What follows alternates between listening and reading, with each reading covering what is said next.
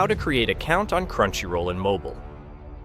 In this video, I will guide you step by step. Just make sure to watch till the end.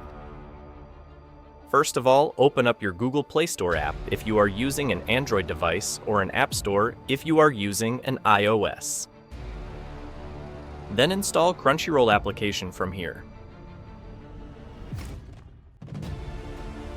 Once installed, open that app.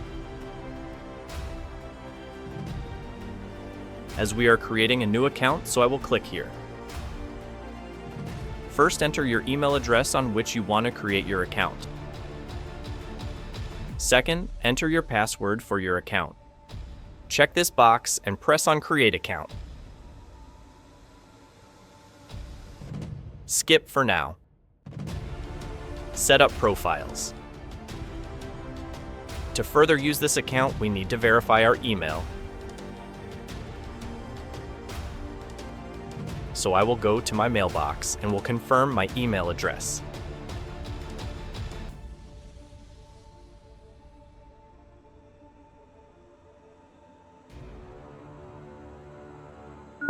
And our Crunchyroll account has been created successfully. Now you can watch your favorite shows. I hope you will find this video helpful. Thanks for watching.